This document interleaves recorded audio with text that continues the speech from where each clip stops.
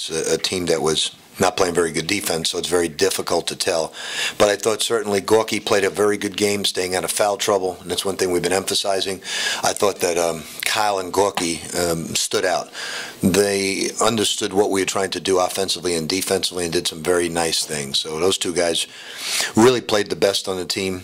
I think a couple of other guys played okay, and then the white team was not very good. So but we knew our bench was weak. What we thought was a strength coming into the season has turned into a major weakness, but it will be a strength in a month. We will get Rock back in 2 months. We'll get Stephen Van Treese back in 2 weeks, and then we'll get another young man on Monday. So it'll certainly get better this week, and in 2 weeks it'll start to improve, and our veterans will be back. Overall, Rick, I mean, where do you think you stand? It's tough to tell, Russ, because we're not at full strength. I've been very impressed with Gorky, Peyton, and Kyle. They've played good basketball. They've been consistent.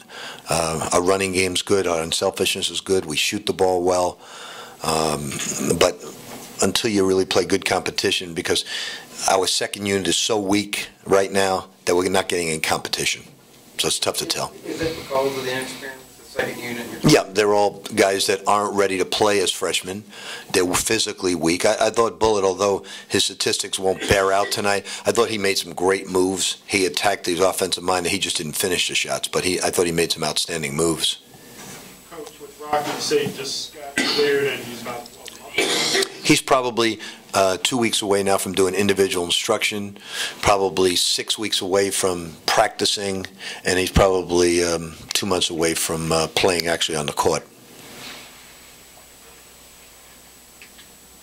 I can't speak technically, that's coach talk, but is Swap coming along? It seems like from last week he's gotten... You know, the thing you have to realize, he hasn't played organized basketball now a year and a half. He's nowhere near the Jared Swapshire when he was healthy. Whether he ever gets to that point this year remains to be seen, but he's nowhere near where we need him to be. So the good thing about getting a player back this week is we know Kyle can play the 4 spot. That's one of the reasons why we were so good last year. So we know if Shane continues to play like a point guard like he did tonight, we can always go with Kyle and to get a real power forward. Gorky had a whole bunch of fouls the last game. He seemed to be a little bit... Well, that's what we talked about going into tonight, Gorky. When you come out of the game, we really, really sink in level. We need you in the game. We need you to play 33, 34 minutes a game. So we're really going to work on that, and we've got to keep him out of foul trouble. What's the most important thing for him in terms of staying out of foul trouble? He did it tonight, is know when to leave your feet, know when to stay on the ground.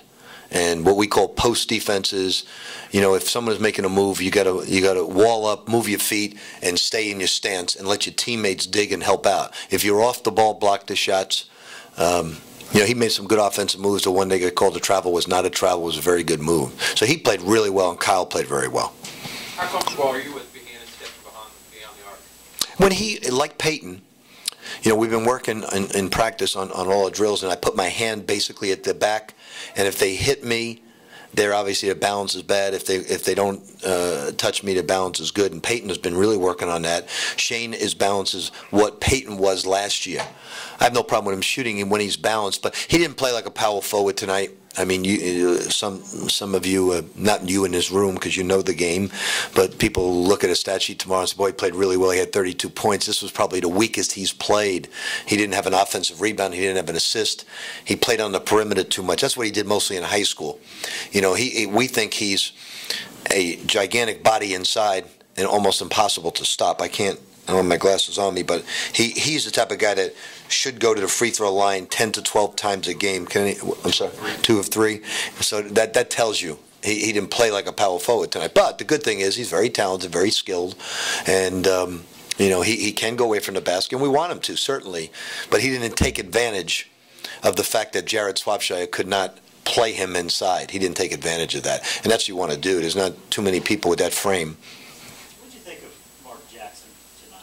Well, this is the first time he's gotten close to 10% body fat in his life, so we've never really judged Mark because he's never been in shape to play the game.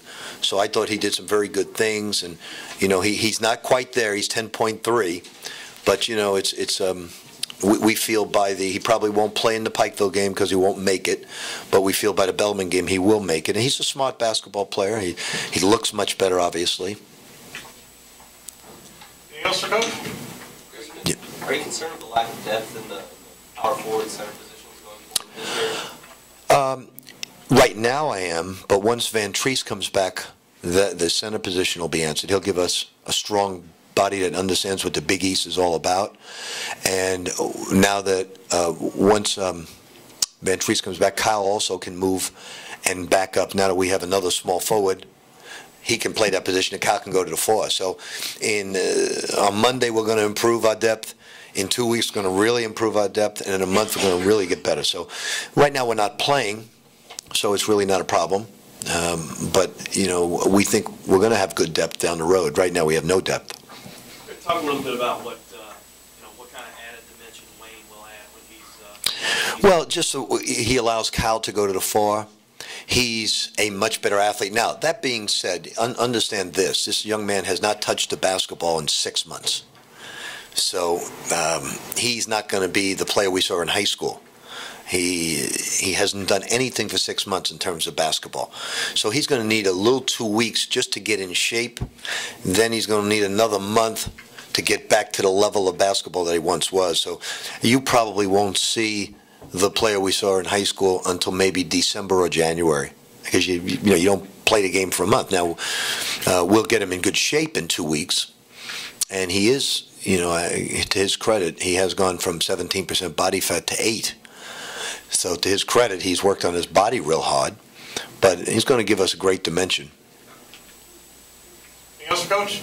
Chris Smith, I don't know if I missed it. Did you talk about Chris Smith? And he didn't take very many shots tonight. He was steady. I think Chris, Peyton, and Shane didn't play particularly well, but they really didn't play poorly either. I thought Gorky and Kyle really played well, both guys. But, sometimes you have to understand it's stats are sometimes skewed by the people guarding them and defending them. So tonight it was really tough to judge the red team because they were basically it was like dummying up their offense. The other team was not playing any defense at all. It was the old, some of you guys who used to watch the Washington Generals, that's basically what it's like against the Globetrotters. It's just trying to entertain the people and get out of the way of the red team. That was a good answer? All right, thank you all.